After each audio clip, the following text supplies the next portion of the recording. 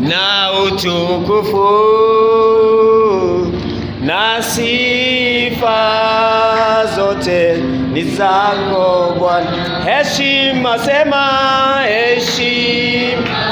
heshima na utukufu, haleluya, na sifa zote ni zako Bwana. Heshima, imba, inua sauti, na utukufu na sifa, haleluya, ni zako Bwana. Heshima, imba, heshima na utukufu na sifa, haleluya. Hebu tuweze kuomba katika jina la Yesu Kristo.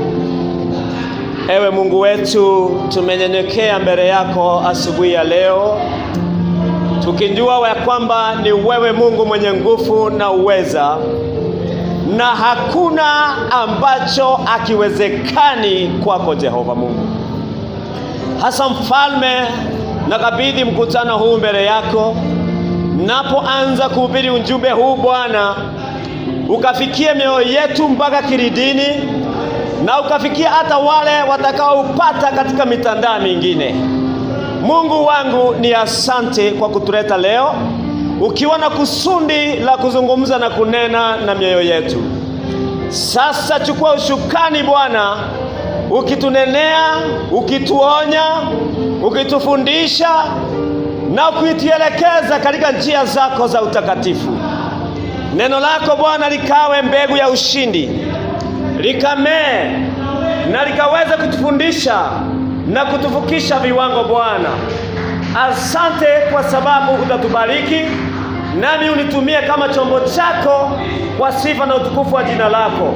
Kwa jina la Yesu Kristo tumeomba, amen. Sema amen na upigie Bwana Yesu makofi. Haleluya, haleluya. Basi ninawaheshimu nyote mliofika katika nyumba hii siku ya leo. Asante kwa kuchukua hatua ya imani na mkaweza kufika. Haleluya. Kila mtu akiwa katika nyumba ya Bwana anakuanga na sababu zake. Ndio maana nimefurahi sana ya kwamba kulikuko na wamama hapa, na kuna mambo ambayo kama ingekuwa tu ni wanaume ama wasichana, kuna vitu fulani kama ni Mary hapa, my daughter, angeanza kushindwa kustuka tutafanya nini. Lakini nimeona ghafla hapa akina Grace na mama mwingine hapa, my wife, mara moja walikuwa wameshaanza kuelewa ambacho wanaweza wakakifanya. Bwana Yesu asifiwe sana. Ndio maana wakati unakosa kanisani haunjui Mungu alikuwa anataka nini, na ndio maana ni vyema kuwa katika kanisa la Bwana. Bwana Yesu asifiwe sana. So wakati kanisa liko na wamama, liko na wazee, wanaweza kuelewa vitu zingine, inakuwa ni baraka kubwa. Haleluya. Kwa hivyo tunashukuru Mungu kwa sababu ya ibada ya siku ya leo. Na ningependa ya kwamba siku ya leo kunao watu fulani huwa ni wa hii kanisa, na wengine huwa hawakuji hapa pamoja na sisi. Wengine wako katika nchi za ugenini. Kuna watu kama Shira Mboga anakuanga sehemu za UAE, Dubai. Kuna watu kama James Karanu wanakuanga sehemu za Mombasa. Kuna watu kama Martin Wagacha wanakuanga sehemu za Nakuru. Ningependa uinue mkono wako sasa hivi tuwakumbuke hawa, na kuna wengine wengi ambao ni wa hapa, tuweze kunena neno juu ya maisha yao. Manake ni watu ambao huwa wanasimama pia na sisi pamoja na kuwa wako mbali. Sasa inua mdomo wako, inua sauti yako, kwa Mungu, sema baraka kuhusiana na hao watu katika jina la Yesu. Mfalme, ni asante kwa sababu ya kanisa la Christ Intervention Ministry. Asante Bwana kwa washirika wengi umetubariki nao, na wengine ni wa sehemu mbalimbali, wako mbali hata na nchi ya Afrika. uaminifu wako uonekane katika maisha yao. Tunanyosha mikono yetu Bwana kwa imani, tukisema ya kwamba ukawaunganishe na baraka ambazo huwa unatunyunyuzia kila wakati. Bwana, wafunike na uwezo wako na utukufu wako. Tunanena baraka na ushindi, walindwe, wafanikiwe, wainuliwe, wapiganiwe vita zote Bwana za maisha yao. Mungu wa mbinguni, wasimamishe katika nguvu na uweza wako. Asante Mungu kwa sababu yao. Sasa Bwana, tunaomba hata sasa injili hii wengine wataipata pia, uwabariki. Tunawabariki wakiwa mbali, in Jesus mighty name. Amen. Sema amen. Amen. Hallelujah. Ujumbe wa leo ni ujumbe ambao ningependa tuweze kupata kwa makini kabisa. Kumbuka several Sundays tumekuwa na mafundisho mbalimbali ambayo inatusaidia kuelewa vile tutakavyokuwa katika ushindi katika maisha yetu. Bwana Yesu asifiwe sana.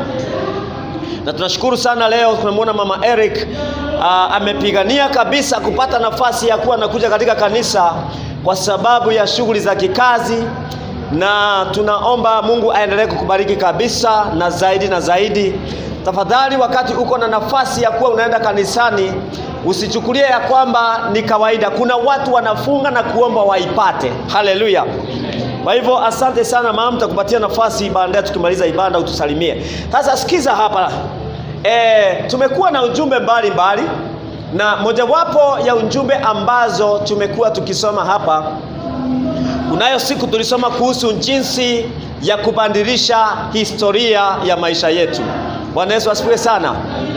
Na tukaelewa ya kwamba ni jukumu ya kila mtu kuchukua hatua uweze kupambana na hali fulani ambazo zimefanyika katika maisha kwa ajili ya kubadilisha kesho. Bwana asifiwe sana.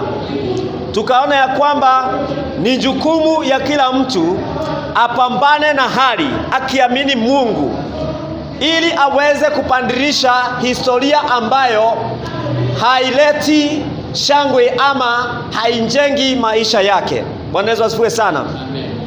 So hayo mambo tuliyasoma, na tukawa na ujumbe mwingine hapa last Sunday tukiongea kuhusu kulipa gharama. Haleluya. Na tukaona ya kwamba sio kawaida ama tu haitafanyika kwa ghafla ujipate ya kwamba unafika viwango fulani ama unaheshimika na njia fulani ama uko na vitu fulani. Lazima tulipe gharama ndio tuweze kupata mambo fulani katika maisha. Bwana Yesu asifiwe sana. Na tumekuwa tukiendelea na yale mafundisho mbalimbali, na siku ya leo ninataka tuzungumze jambo lingine muhimu sana ambalo pia litatusaidia sana katika maisha yetu kama waumini ama Wakristo, na ninajua itakubariki sana. Kwa hivyo ningependa tuweze kwenda katika kitabu cha John chapter 10 verses 10. Na siku ya leo tutaweza kuzungumzia kuhusu mambo ambayo shetani anachukia sana na huwa anapigana nayo sana katika maisha yetu. The key possessions that are a threat to the enemy. Ujumbe wangu itakuwa the enemy comes to steal, to kill and to destroy. But Jesus said, I have come that they may have what? Life. And have it for 1 week?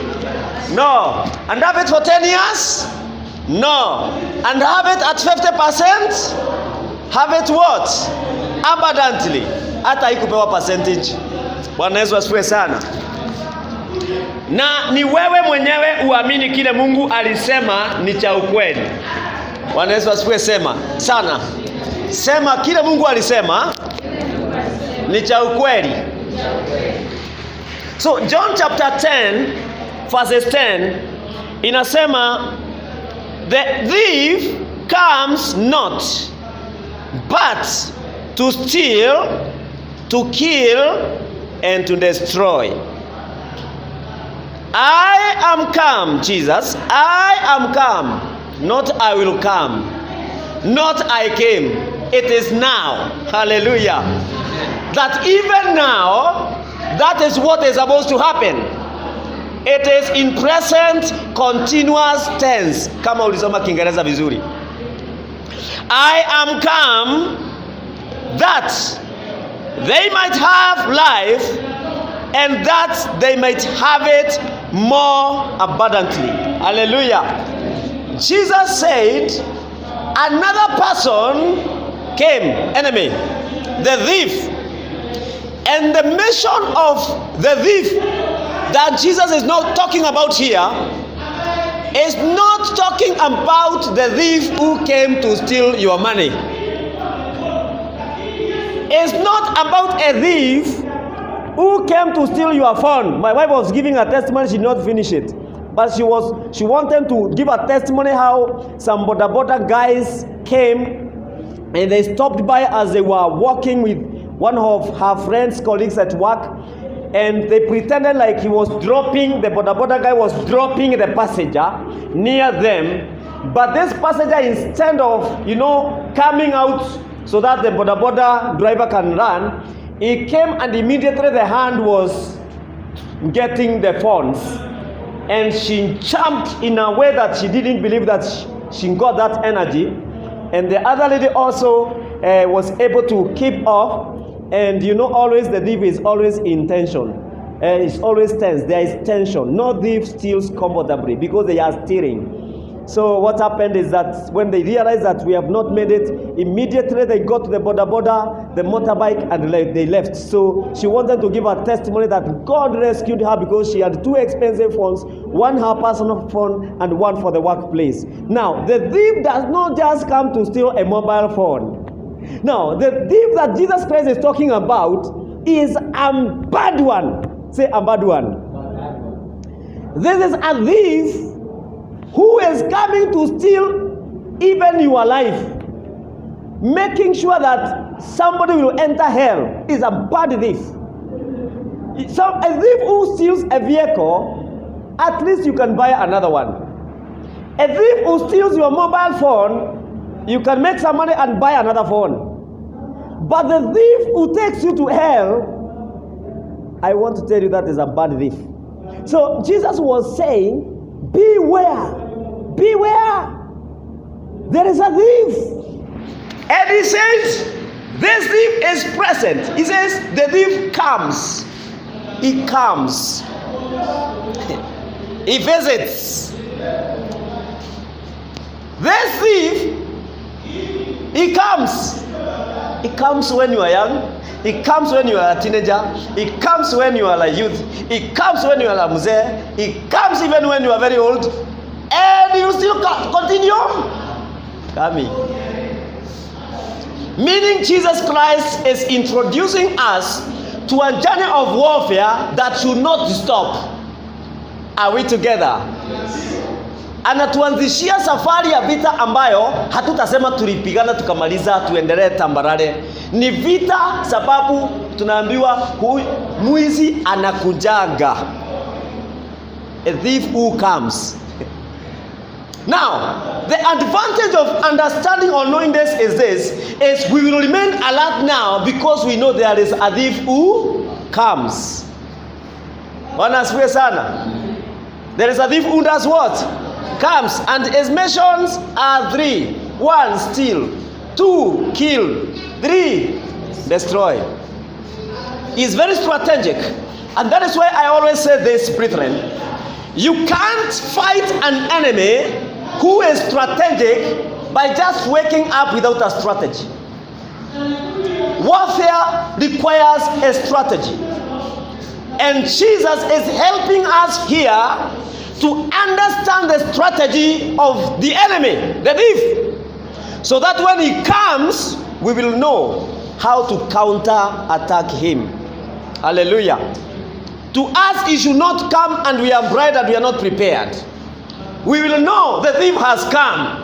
And when he's in our midst, we will know his mission are 3 missions: steal, kill, and destroy. Say, I will not be stolen. I will not be killed. I will not be destroyed in the name of Jesus. Hallelujah. Now, Jesus is not speaking about things that will be experienced by somebody else somewhere who will come after you. This is you and me. And therefore, we must apply that one to ourselves today and take it upon ourselves that Jesus is talking about you. Say, he is talking about me. Now, I was trying to ask God what this stealing, killing, and destroying means. Because this is showing a process. Say process. It's a process. Now, if you have not gone through a process called root canal, thank God, and I pray for you in the name of Jesus that you will not go through it. I've gone through it twice. And let me tell you, please don't know how it goes. If you don't know, please, may God bless you. May you maintain. Hallelujah. Root canal process, I can liken it with the way the thief comes to do. It is the process whereby instead of plucking your tooth will remain there, but it will be a dead tooth, which cannot sense. I have 2 dead tooths. The last one is called wisdom teeth. And another one here, I don't know, is premolar or what. When you are in the village, my mother took me and I was plucked 2 teeth here, and I didn't know in the village. Actually, I remember a place called, where is called Makengi, a doctor that I'm not going to mention because this video is going very far. Na alining'oa na pliers. Mimi niliwekwa pliers ya baiskeli. Kwa mwekelewa mkono wa kifua namna hii. Lakini afadhali root canal. Now, for root canal to be effective, it goes through a process. And the first process is, kwanza wanaenda, wanakutoa. They remove every nerve. They remove the nerves. Before they remove the nerves, wanakuduga shindano ndio kwanza wakuipe nerves, senses. Usisikie kile kinaendelea. Sasa wakiiba hiyo, they start destroying. They kill the nerves. They kill them. Unawekwa chuma kwa ile miferenji. You know the veins, the way they go deep.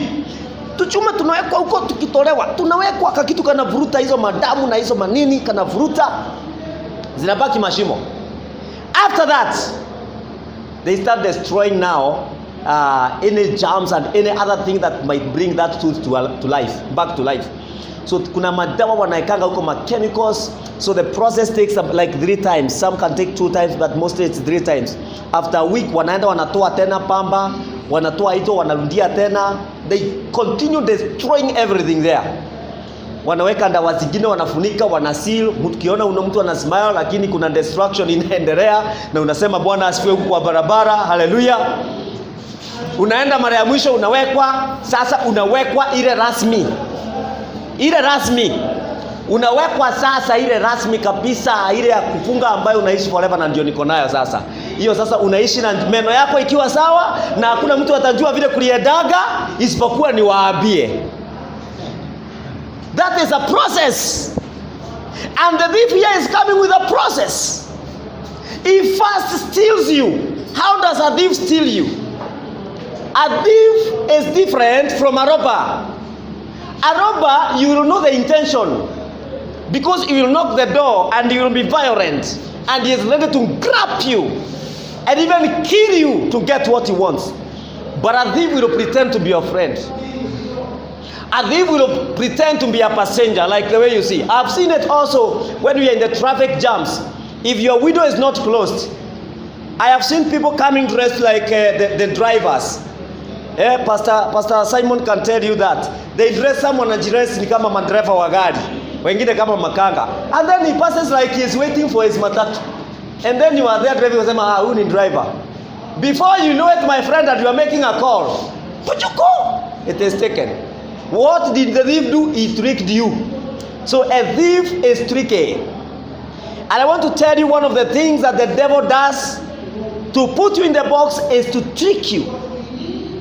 because there is something he wants to steal. And let me tell you something. A thief cannot come for you if there is nothing that is going to take away from you.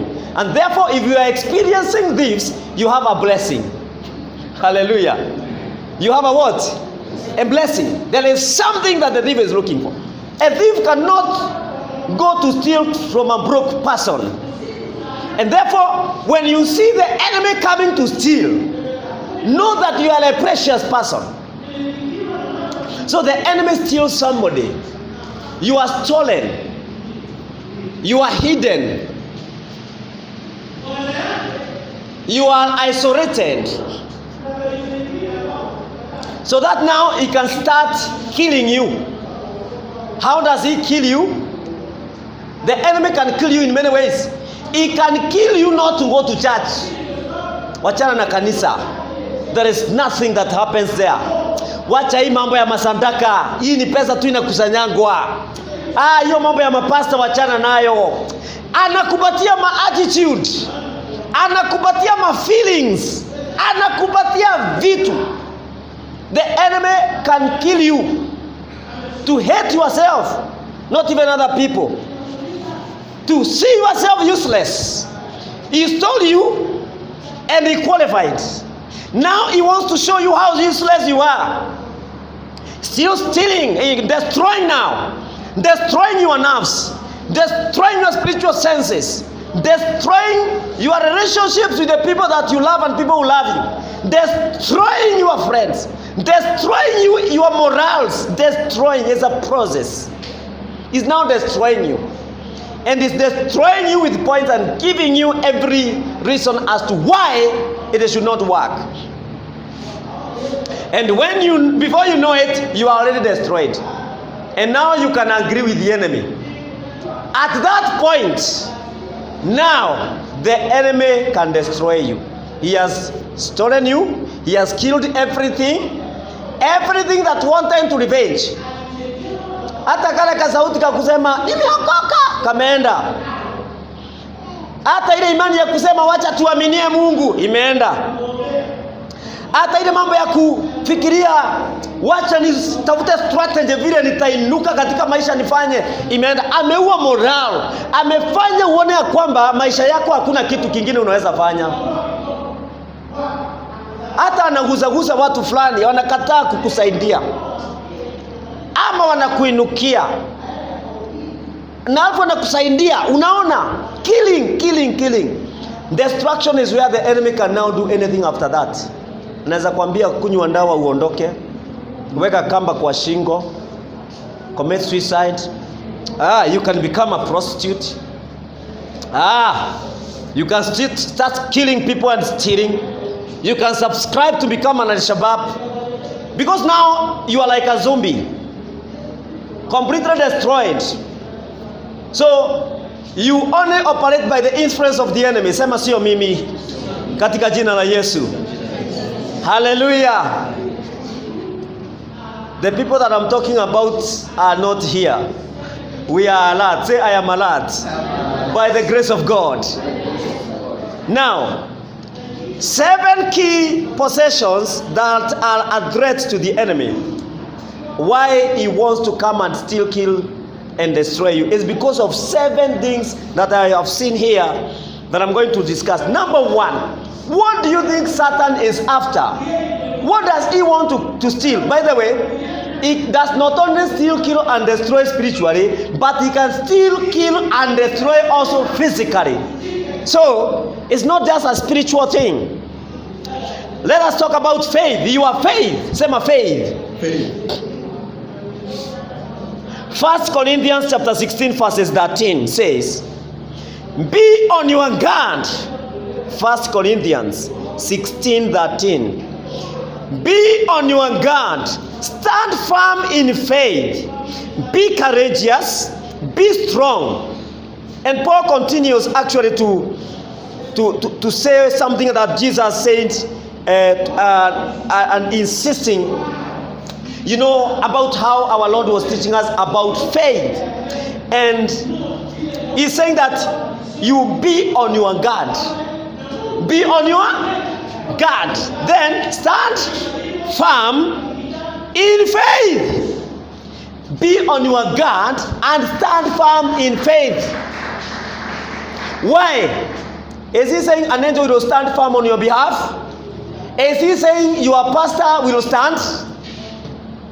It is your responsibility. Say, it is my responsibility to be on guard and to stand firm in faith.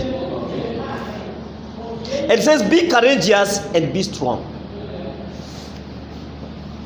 Have you been doing that? The enemy is threatened by your faith. When a believer has faith, the enemy knows very well. Sio kuzuri. Let me tell you, the enemy has got nothing to do with faithless believers. And by the way, there is a state of faithlessness. It is in the Bible. Remember Jesus rebuking. Disciple says, "Oh, faithless generation, for how long shall I bear with you?" You can be in a situation of faithlessness.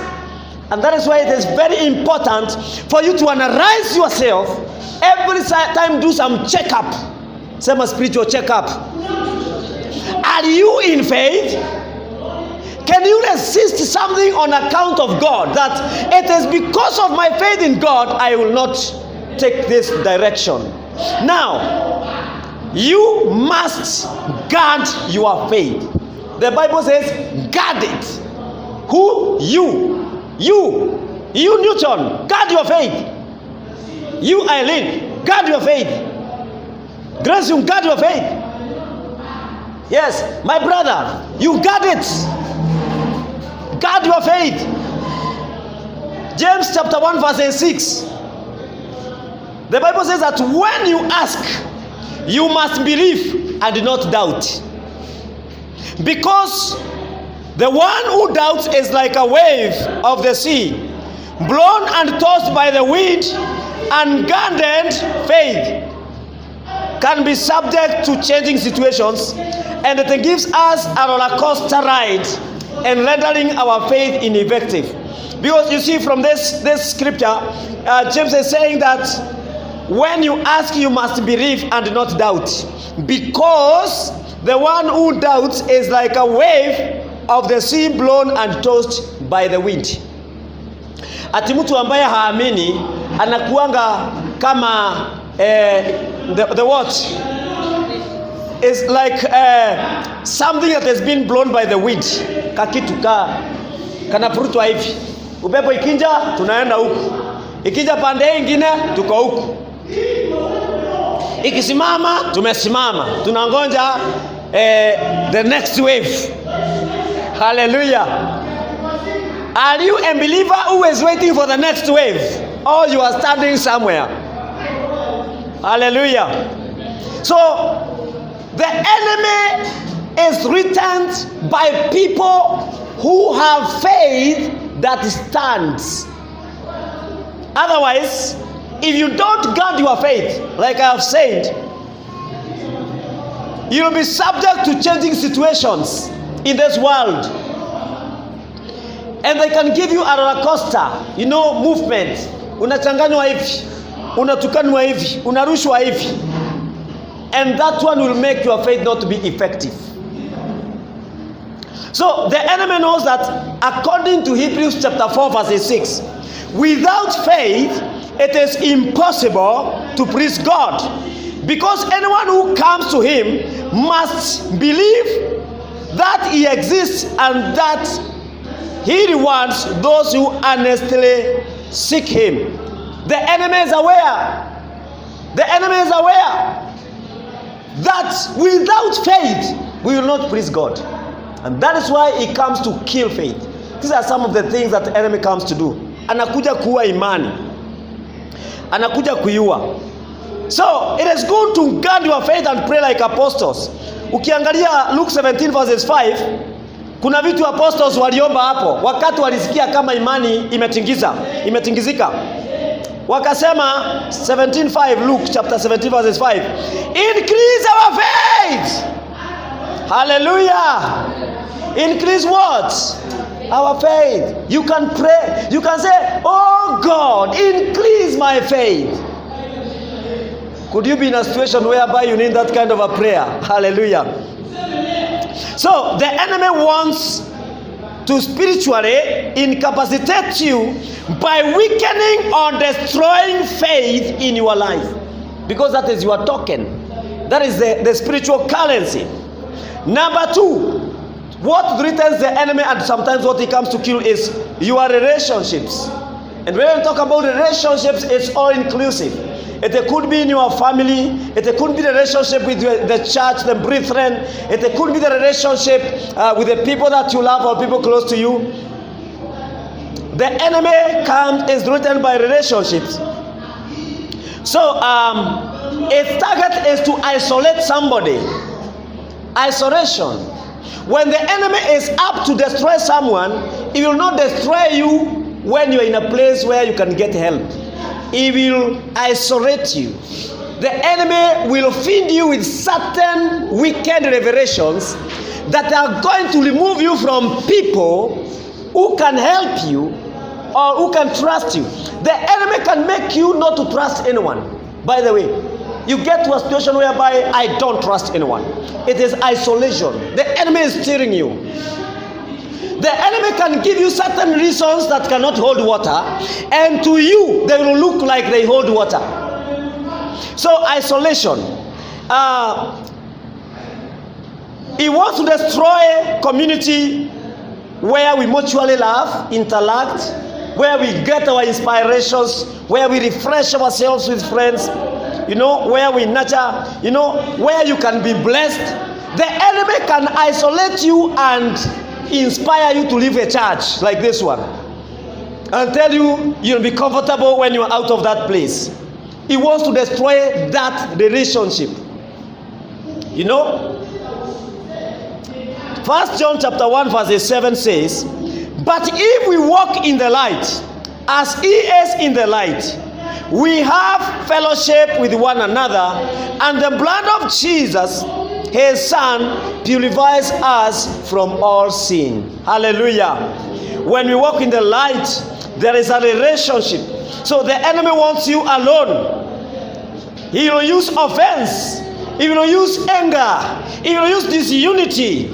He will use even pride to keep you from fellowship, to make sure you are out of people. You are out of a fellowship. You are out of a place that can help your life. Ecclesiastes chapter 4 verse 10 has a warning for us. It says, though one may be overpowered, two can defend themselves. A cord of three strands is not quickly broken. That is why the enemy does not want you when you are together. Your enemy can fight you, my brother, to make sure that you are not connected to Pastor Ken. Your enemy can fight me to make sure that I'm not connected to you. Because God might be wanting to use you to get me somewhere. Let us guard our relationships. Brethren, let us guard the relationships that we value that can impact our lives. There is no mistake that enemy seeks to kill healthy, spiritually and divine relationships. So, make no mistake that the enemy will not come to kill healthy or to seek to kill healthy and spiritually and divine relationships. He hates marriages. He hates family. He hates friendships. He hates fellowship. And he works overtime trying to separate us from one another, trying to kill relationships. A relationship is a threat to the enemy. There's somebody that God is trying to bring you away. I don't know how you are treating or treating that person, and maybe the person is coming to do something to help you for tomorrow. You need to value relationships. So the enemy is always okay and fine with unhealthy, destructive, controlling and abusive relationships. Why? Because those are what encourages him to survive in his missions. Hallelujah. Proverbs chapter 4 verse 23 tells us, above all else, guard your heart, for everything you do flows from it. God can heal a relationship that is broken, and that is why you need to avoid so much the relationship that can hurt you, and seek God. Avoid them. When you see people bringing disunity, distraction, controlling and removing you, so the enemy is fine with anything that is unhealthy in terms of relationship. And God is calling us to have strong relationships, not only with ourselves, not only with our own soul, but also with Him as well. Hallelujah.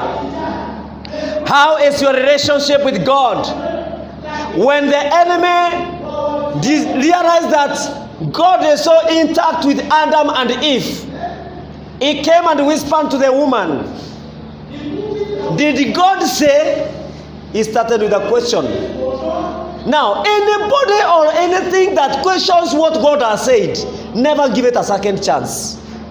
It is not true. Let me ask you, what else will a man add on to what God has said so that it can become true? Who should confirm the other one? Is it a human being to confirm God, or God to confirm you? Hallelujah. Another thing that threatens your enemy, number 3, is called peace. Your peace is very important. And your peace requires maintenance. Say, my peace requires maintenance. You need to be servicing your peace. You need to be servicing your peace. 1 Peter 3:11 says, whoever would love life, that is how it begins. Whoever would love life must stand from evil and do good. They must seek peace and pursue it. Peace does not bring itself. Peace is made. Peace is made. And you must be ready to make it. You must get ready to accept it. You must get ready to pay the price that comes with making of peace. Hallelujah. Amen. Peace is expensive. Some of you need to pay some cost because of some peace that is running away. Have you run out of peace? Unaanza kukimbia na kibuyu kama gari ile tulikuwa tunazungumza azade imeharibikia kwa barabara, imeishia mafuta kwa barabara. Tunatafuta kibuyu ya 3 top. Tukaendea nini? To top up. Now, listen to me. Keeping the enemies of peace, such as stress, anxiety, and fear, away takes that diligence. When you keep the enemies of peace within you, are you keeping an enemy of peace and you want to make peace? There is something that Pastor Simon is coaching me to do, a certain business. And now, when you are doing that business, you have to run 2 pairs. So I was telling him, for me to be safe, because those pairs, they need to run in the same direction to make something. So I said, for me, nitaweka moja nina buy na hiyo ninasema nina sell. Ndio hii ya kusell ikinitoanga makofi, hii ingine itaendelea kuinuka. Akaniambia it can't do like that. You must decide what you want to achieve. Hallelujah. It takes a decision. Never keep the enemies of peace in your life. So, peace is something that is very important. The Bible says that do not be anxious about anything, but in every situation, by prayer and petition with thanksgiving, present your requests to God. And the peace of God, which transcends all understanding, will guard your hearts and your minds in Christ Jesus. Hallelujah. So pursue peace through prayer. Pursue peace through petition and thanksgiving. When we fail to do this, to spend time in God, involving Him and asking Him to help us to sort out issues and problems. We will keep ourselves vulnerable to the enemy. He is going to steal your peace. He is going to steal our peace, and our morale will be broken. We will not be having the energy to worship Him in a good way tomorrow. Another thing that threatens your enemy, which he always seeks to kill and steal and destroy, is called your destiny. Say, my destiny. Say, in the name of Jesus, I commit my destiny in the hands of God. My destiny is secure. My destiny is safe. In Jesus' mighty name. Amen. Now, Ephesians 4:10 tells us that God designed each of us with a purpose. We are not a mistake. We are not a random result. We are not a rotor. We are not as a result of betting. Hallelujah. We are intentional. You are a deliberate creature. God has calculated what He wanted to do with you. Say, I am intentional. I am deliberate. I am designed with purpose by God.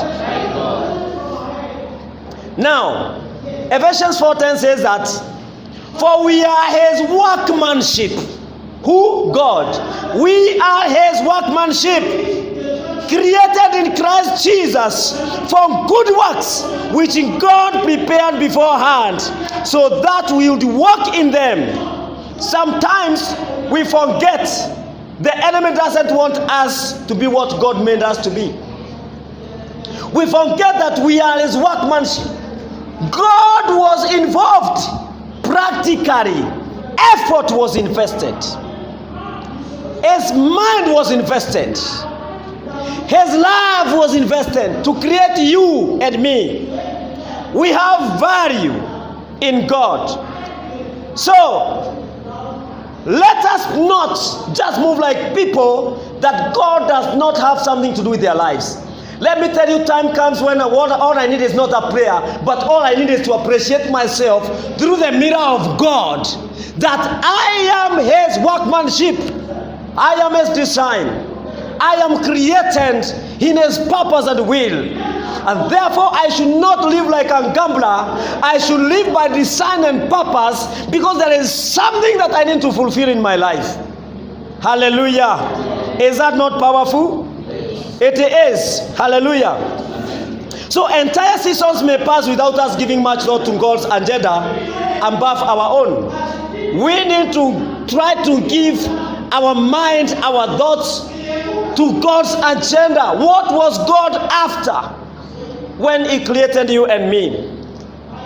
An indicator that we are doing important stuff for God may be the enemy coming against us with force when we are becoming a threat to His works. So every time your enemy attacks you, don't begin to complain and say, oh, nimeanza kuonewa nini.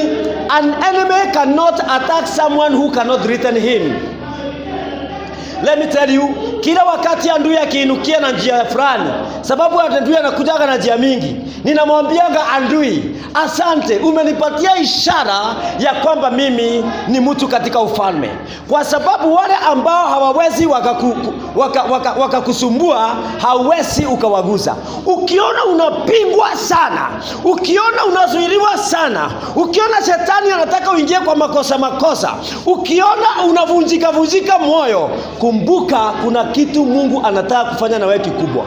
Ni wakati wa kukaa mahali unjielewe na uamuke na ukataa kukaliwa hapo chini, because there is a destiny for you. Hallelujah. It is always going to listen to the Holy Spirit and follow what He leads you and me. So you walk out of destiny one step at a time, knowing that you are born for a purpose. Your destiny is a threat to the enemy, and that is one of the things that the enemy targets to come to steal, to kill, and to destroy. Philippians 4:6 says, being confident of this. Being what? Confident. Not being fearful. Not trusting it. being confident of this, that he who began a good work in you will carry it on to completion until the day of Christ Jesus. Yule ambaye ameanza kazi nzuri katika maisha yetu, hakuanza alafu akaenda likizo. Bwana Yesu asifiwe sana. Hakuanza alafu akaenda short call. Alianza na anaangalia na anafuatilia ya kwamba hiyo kazi ikamilike na iwe nzuri kama vile angependa mpaka wakati wa Kristo Yesu. Haleluya. Tunaelewa ama tunalewa? Bwana Yesu asifiwe sana. So just know that God is watching to carry you through. They should begin to organize you back. They should begin to help you to gather yourself again, because there is somebody who is walking with your destiny. Same God is walking with my destiny. Hallelujah.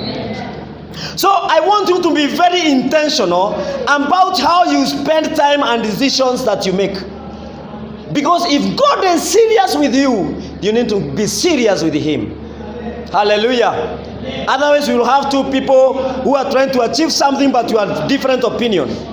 God will guide you as you heed His direction. He is very faithful to begin to speak to you, and your destiny will be fulfilled. It will not be stolen by the enemy. Hallelujah. So don't attribute trouble to your failings. You might fail today. Maybe you failed yesterday. That does not confirm you as a failure. Hallelujah. There is waking up, because it could actually indicate that you are succeeding in God's work.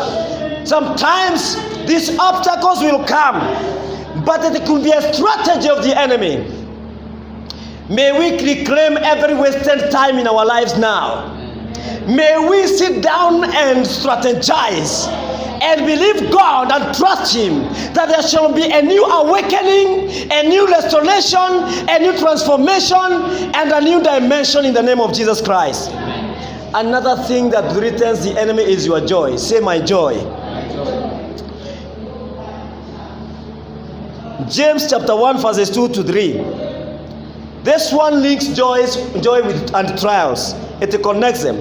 It says, consider it pure joy, my brothers and sisters, whenever you face trials of many kinds, because you know that the testing of your faith produces perseverance. Deciding to respond to trials with joy develops perseverance in your characters. So we are able to be joyful by considering it, then choosing it.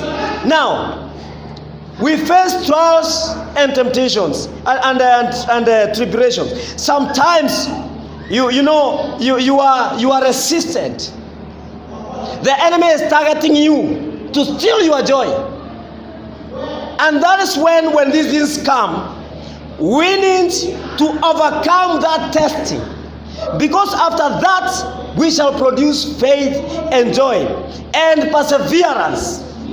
Now, when these things come to target you, to remove you from joy, don't give in. Hallelujah. Don't give in. Joy is not shallow. Joy is something that is great, something original. The original Greek word for joy is kara. That is C-A-R-A, which is pronounced like kara, K-H-A-R-A-H. And it can mean the opposite of like demonstrative, like evacuating something that wants to occupy somewhere. So it can indeed mean now you want to cheer. The cheerfulness in you, the delight, by rejecting what wanted to come and occupy your place. Hallelujah. You cheer to God and believe God is going to bring you out.